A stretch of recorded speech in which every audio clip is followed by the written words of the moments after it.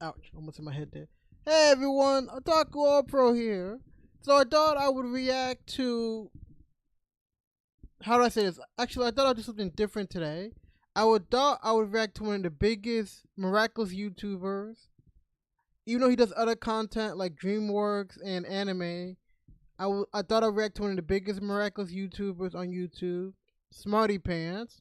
For those that don't know, Smarty Pants is, in my opinion, one of the best Miraculous Ladybug YouTubers, in my opinion. He does a lot of longer videos, not just simply reactions, but thought pieces. And today I thought I'd react to one of his videos. The title of the video is, "Could a Miraculous Traitor storyline actually work?" And if I just had to guess off the topic, I assume he's going to talk about how this season, obviously, Lila's going to have an assistant, Natalie to her Gabriel, if you may. I assume he's going to talk about that. But I'm a little confused because I thought everyone assumed that it was Chris from the future working with him. Because if you guys don't remember, there's some script leaks about season 3 Time Tag episode that had some deleted scenes where Chris admits that he's working for a woman, Shadow Moth. But that away, let's go ahead and react to the video right now. 6 seems to be a season of extreme plot development. After 5 seasons where Let me go back. No. seems to be a season of extreme plot development. After 5 seasons where it felt like things hardly ever changed, since the second saga began, He's not wrong there. Season 1 to 5 was a very long season. I've even said this myself, that season 3 is probably one of the most useless seasons of Miraculous Ladybug. Like, honestly, outside of Marinette getting the Miracle Box in the season 3 finale, you can honestly skip season 3. we've seen new characters be introduced, existing characters be fleshed out in far more detail than we'd ever seen before, we've seen ships set sail, family bonds be strengthened, we've fleshed out the 2 main leads and set up multiple future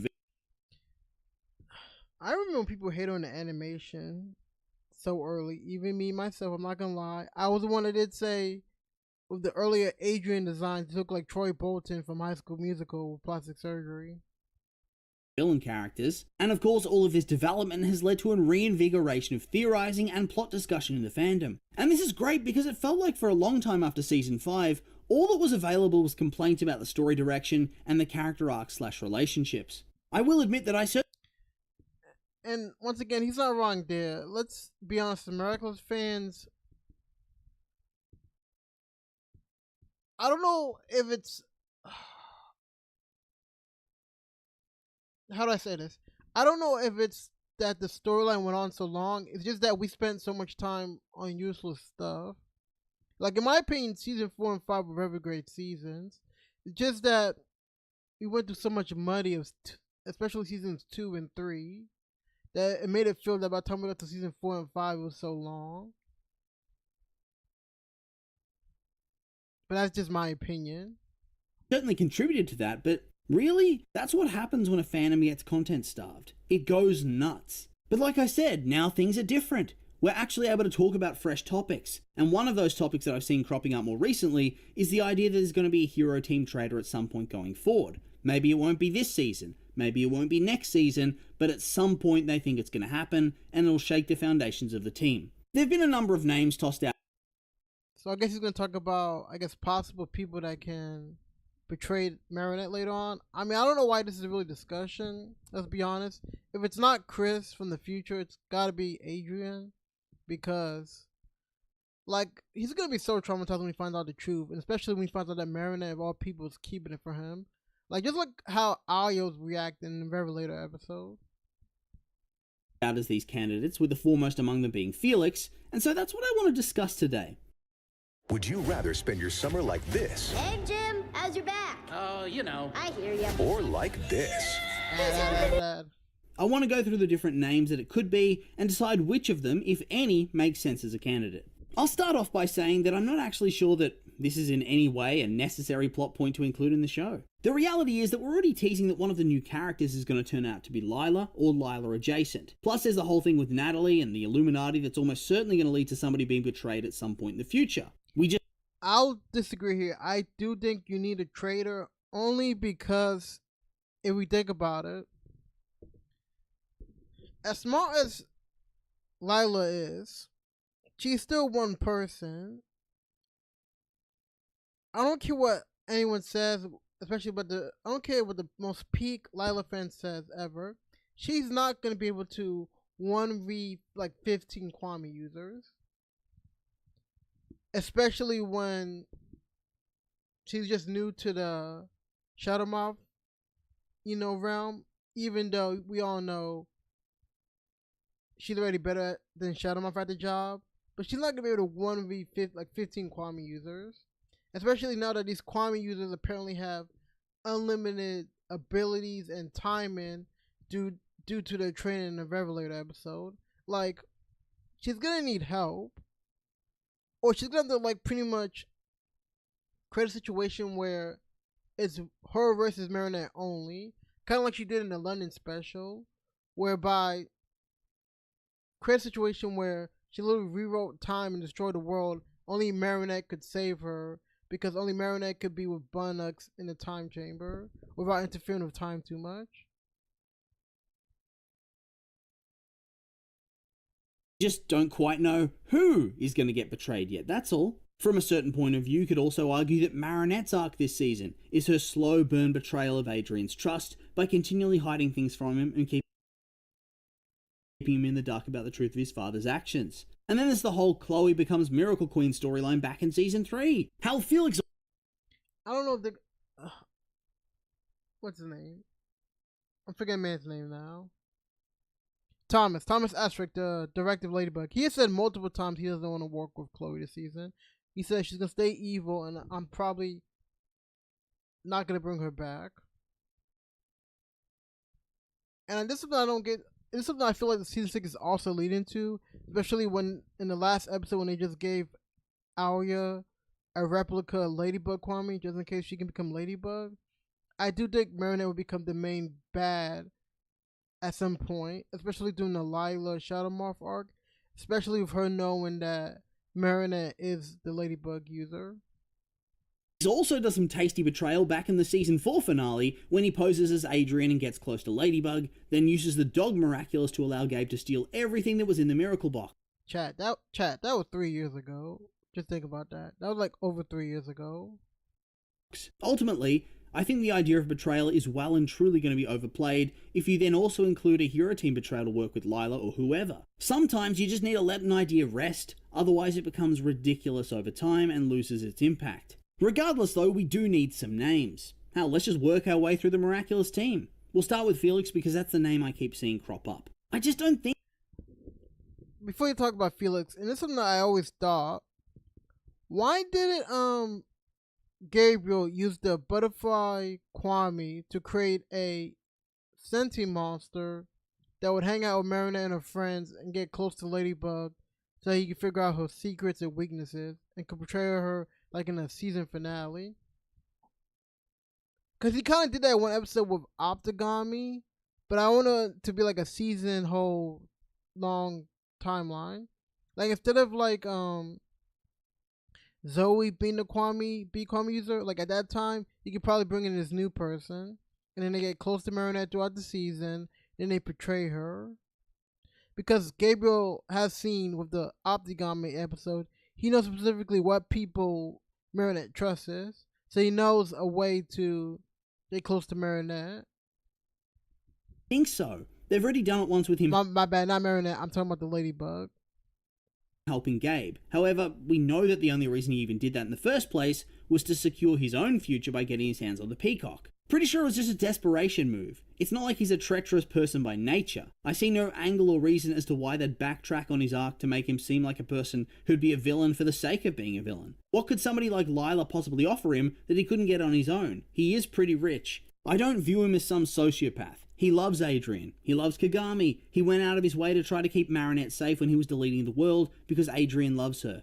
The dude's also a massive mama's boy. He hated Gabe, but he did what he had to do from his point of view, and so that's that. It doesn't mean that he's going to throw his lot in with Lila, and it just wouldn't be good writing to do so. It would be a bit I would disagree here only, because there's one way that Lila has that can convince Felix to be on her side, and that is the fact that Lila knows everything about what Kagami's mom did last season. Because let's not forget, she was able to hack Gabriel's systems last season to get into the mansion during the season 5 finale. So it's possible she knows everything that's been going on with the Alliance rings and everything, has all the data. It's very possible that she can use this to kind of be like, I know you love Kagami. If you don't want this information to come out for her life to be ruined, I suggest you team up with me. And I promise you that no one will get hurt, especially your Adrian and Kagami. Because Felix, at the end of the day, will do anything for the person and the people he loves. We saw it in last season with the emotion. What's the last episode? Yeah, last season with the emotions episode, in which literally he killed everyone, but as Smarty Pants said, saved Marinette due to her being loved by Adrian. bit of a bastardization of the character. The only way you could make it make sense is if he legitimately has no other choice, i.e. somebody he cares about is in real peril that can't be stopped without him doing what the villain says. I get that he can be roguish and selfish, but I think his villain arc is he did talk about it here. Over with. Okay, so now that our prime suspect's out of the way, we can work our way through the rest of the team. Let's start with Marinette just for fun. Yeah, so there's absolutely zero chance that Marinette's going to betray the heroes, considering I mean, she's gonna get akumatized this season. Don't just throw it out. You know, she's gonna akumatize. it's her team. Obviously, as we discussed earlier, there is the whole question of her personal betrayal of Adrian by hiding the truth about Gabe from him, but beyond that, there's not much to say. Geico has a 97% customer satisfaction rating. Wow. Our cats just love great customer service. The only way it would be possible is if you had an evil Marinette that came from a parallel universe. But even then it wouldn't work anymore, because we've already had a character like that turn up and make peace with Prime Ladybug. To do it. Hey, Smarty Pants is kind of cooking here. An evil Marinette, part 2. Avengers Endgame, assemble all the Marinettes across different universes. A Ladybug Endgame. I'm just saying, that'd be pretty epic. Do it again would be massive overkill, so we can cross Ladybug off the list. What about Adrian/Cat Noir? Well, it's certainly a more likely prospect than Marinette, but it still doesn't make it realistic. The dude's loyal, and just can't see him ever side with a bad guy under any circumstances beyond being akumatized, which would therefore preclude him from being considered a betrayal anyway. There's no chance he would ever...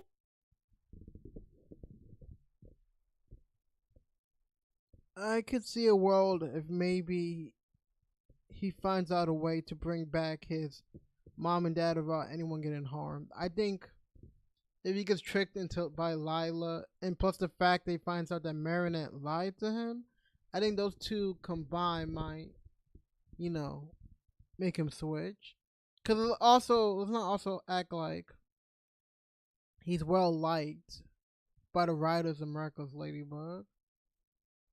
Like he's literally not going to be in the next 2 specials, I'm pretty sure. He's not going to be in the Miraculous Stellar Force special, and he wasn't in the London special. Will willingly join up with Lila, and it's almost certain he wouldn't help the Illuminati either. He's loyal, with strong morals. It just wouldn't fit the character. I think the only way you could spin it is by having it be a soft... Wouldn't fit the character, but this man's been akumatized already twice in the show. Just saying. Betrayal. Where it's not really a betrayal, more that it's him cutting off the team after discovering the truth that Ladybug's been hiding, where he just doesn't help the heroes until he resolves those differences. But even that's hard to envisage. I reckon it's far more likely he'd still turn up and just spend a lot of time snarky at Ladybug, like he did when he felt like she stood him up during Glaciator. I feel that it's the same idea for Rena Rouge. Would she actively join somebody that's going up against Marinette/Ladybug? No chance. They're besties. But based on her behaviour during Revelator, when she briefly learned the truth about Gabriel Agreste, and that Marinette had been lying to almost everybody, she did react badly. That could cause some sort of rift if it came out again, although I feel like... Yeah, I don't think... No matter how... Even that could cause a rift. I think at most, Alia is just gonna get his akumatized for like an episode or 2. I think also the show's trying to point to a season finale, either this season or next season, where Marinette becomes the big bad akumatized, it's up to Alia to unite all the heroes together to defeat Lila.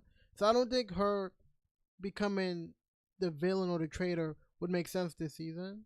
Like the ending of that episode is meant to show that the next time she finds out, she's not going to be angry, because she and Marinette talked about how there's something that Marinette knows but isn't ready to share yet.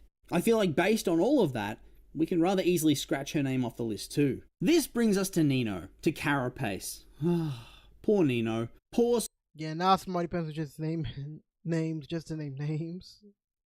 sweet blabbermouthy Nino. I actually think there's a good chance that if there is a traitor, it's him. Not in the traditional sense though. I don't think he'd do anything malicious and go out of his way to spill his secrets to Lila or anybody else really. However, we do know that sometimes he speaks before he thinks, he has minimal filter, and a tendency to blab about things. This is a prime way to have a villain learn something important that can be damaging to the team, whilst also ensuring that you don't character assassinate Nino along the way, because an overt betrayal just isn't in the We don't have to worry about that. Lila already knows that Marinette is Ladybug. cards, and it wouldn't work. Now we come to Viperion. The reality is that this dude is betrayal proof. Dude got jerked around and dumped, and he came back ready to be his ex-girlfriend's emotional support and try to... Sounds like Smarty Pants is calling Luca a cuck. I'm just saying. But I honestly forget Luca's in the show sometimes, cause like he had that one guitar scene in El Toro de Padre, and he spent most of, or at least half of last season after migration, pretty much being a traveling guardian. So that'd be a crazy way though to reintroduce Luca into the show. Oh, guess what? Yeah, he's been this villain this whole season. You know, he was training with the Guardians last season. He's like evil now. Who knew? together with a new guy, whilst also acting as emotional support for said new guy. Any sort of betrayal arc would 100% destroy his character completely for no real gain. The story doesn't become better by removing such a wholesome presence. Not everything needs to be grimdark and edgy. Superheroes are supposed to be about hope. This dude is the epitome of that in this franchise. Plus, any Luca betrayal is essentially an instant game over because he knows both the secret identities. We've already seen in Miraculous London that unlike Gabe, if Lila learns a secret identity, she will easily sweep the board with no mistakes. Every second counts, Jay! And another point in its disfavor is the fact that I don't think Luca's even met Lila on screen, so it'd be even more stupid. They don't have any sort of connection. Nah. Sorry. Next up, Incredible. Pegasus. But before you go to the next person, knowing how Ladybug writers be sometimes, they would probably forget the fact that Luke actually knows identities. I just feel like it. Yeah, I don't think that Max is a big enough character for this type of storyline to have any sort of impact on him. We hardly know him beyond knowing he likes video games and he's proud of his mum. Also, he's extremely smart. That's about it. If he had a betrayal arc, you'd just be sitting there questioning why they decided to go in this story direction. You want things to make sense for the characters, that's true, but a good story also needs to prioritize wow factor and hype. There's no hype to be had with secret villain Max. Plus, if he brought along Markov into the party, well, it's once again clean sweep, game over. Markov's too smart. Ryuko's next, and once again... Yeah, my thing is like, also, unless she's just like, I'm gonna Pinocchio Markov bring your computer to life, I don't really see a reason for Max to work with her. I just can't see it. A big part of Kagami's arc so far has been about making friends and slowly pushing back on her mother's dominance of her entire life. Maybe it could have worked earlier in the show's run, but this current version of Kagami? No way. It would be absolute character assassination. Plus, just from a meta point of view, I doubt they'd play out this type of storyline with her, and then also have her feature heavily as one of the key heroes for the Tokyo Stellar Force special. I think there's no doubt going to be attempts to control her by her mum, but Yeah. The only way I can see Kagami doing it is if, like, Felix gets captured and it's like life or death situation for Felix. I feel much like she did when Gabe was the lead villain, she's going to try to hold firm. Also, it's not like Lila's going to be able to come out of the woodwork to try to get sympathy from her. It's now common knowledge how much Lila sucks. King Monkey's certainly a maybe. Kim, as recently as Season 5, has been a massive prick. If Chloe was the main villain of the show, I could 100% see this guy letting the big simp energy cloud his mind and help her out. But helping Lila from the shadows, nah. And the Illuminati storyline does not fit him at all. I could see him falling victim to Nino syndrome and accidentally letting something slip that he's not supposed to, but that's about it. Also, much like with Max, I don't think the audience cares enough about his character for it to have the effect that you'd want. Also, does Kim know enough information to be leaked? Like, what? I'm the monkey Kwame user. Cool, but like, he doesn't know any big storylines or is even anywhere close to Marinette to say anything about Ladybug. Like an Alia or even a Nino to a certain extent. After all, when there's a surprise betrayal in a show, you want the audience to feel that shock and feel that grief, much like the characters who are experiencing do. Thus, it needs to be an important character, not a fringe bully. Nobody cares about Kim. Nobody cares. Vesperia is next, and this is one I can actually see, as they seem to be introducing this arc into the narrative where somebody's threatened to expose her for who she used to be, likely a bully. If somebody holds this over her head, it might be possible she'd do what they say to avoid the consequences of that knowledge. I don't know. I feel like the Zoe storyline is going to be at one episode at most. And I feel like it's going to be Sabrina that helps her in the end with it.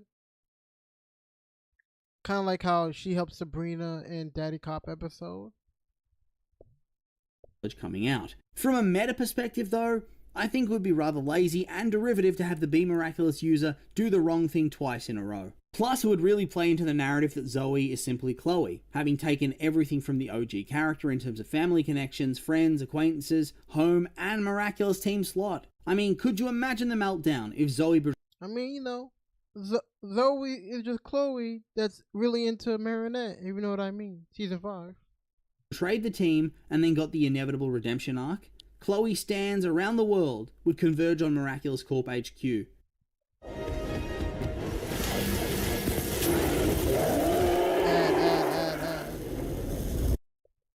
I feel like you could construct an interesting story where Polymouse or Pigala have their empathy and kindness taken advantage of, but...